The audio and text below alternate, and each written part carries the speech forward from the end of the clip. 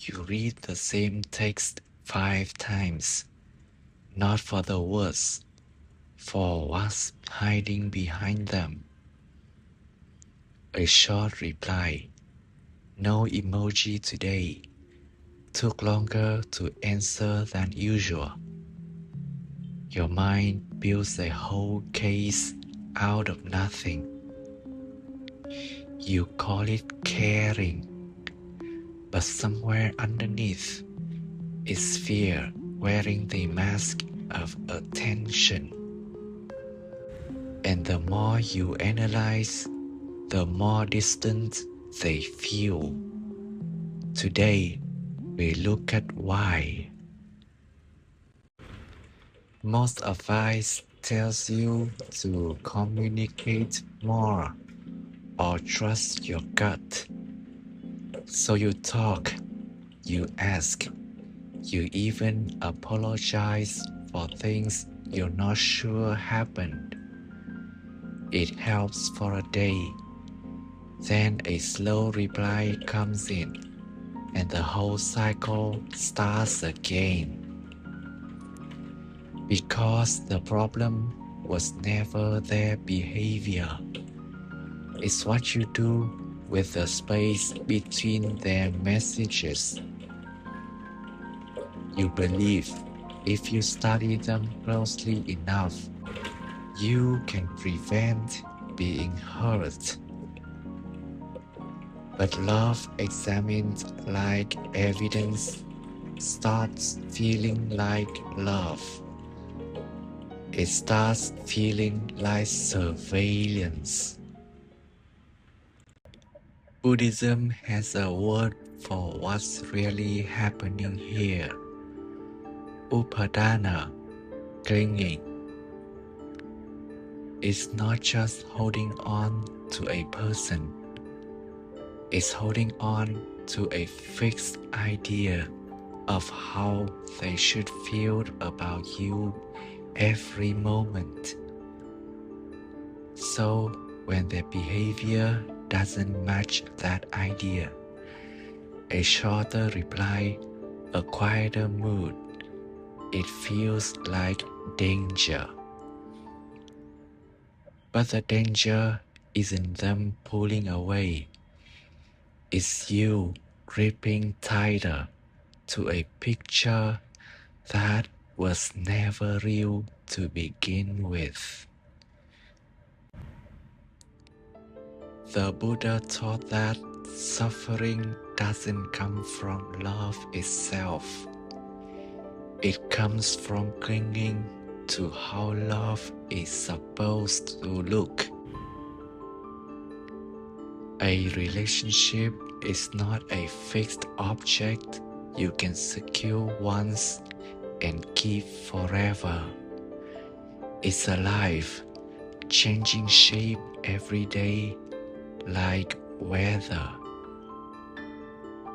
So the real question isn't, what are they really thinking? The real question is, what am I afraid will happen if I don't know? Underneath the analyzing is almost always the same fear. If I stop watching closely, I'll lose them without warning. But watching that closely was never protection. It was just fear dressed up as delusion. Real closeness isn't built by tracking every sign. It's built by staying steady, even when you don't have all the answers. I want to tell you about someone. Let's call him Joshua. He was the kind of person who noticed everything. Every text from his girlfriend got read like a puzzle. a period instead of haha, a late reply on a Tuesday. He wasn't trying to control her. He just wanted to feel safe. But she started to feel like she was being studied instead of loved.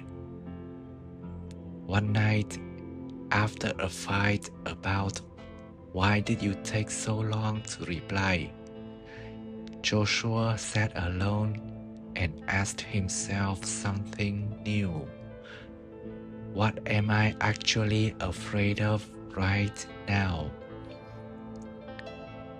Not what is she doing, just what is this fear underneath the checking?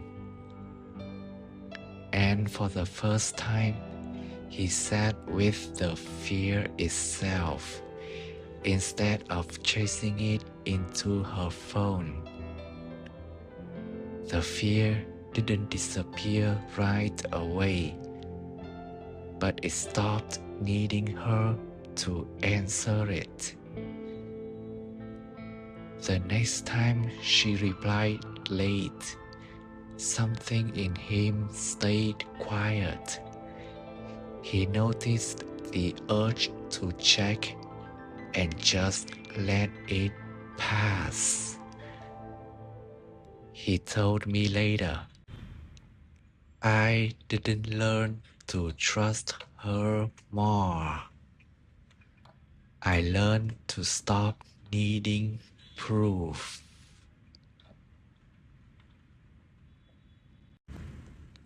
So, what does this mean for you and your 2 a.m. rereading of a text? It doesn't mean you stop caring. It means you stop asking their behavior to prove your safety. The moment you notice the urge to analyze and pause instead of acting on it, you've already loosened the grip. That's not distance. That's what real trust actually feels like. Tonight, if you catch yourself rereading a message for the third time, try this instead. Pause and ask, what am I actually afraid of right now? If this found you at the right moment, share it with someone who needs a little less analyzing and a little more peace tonight.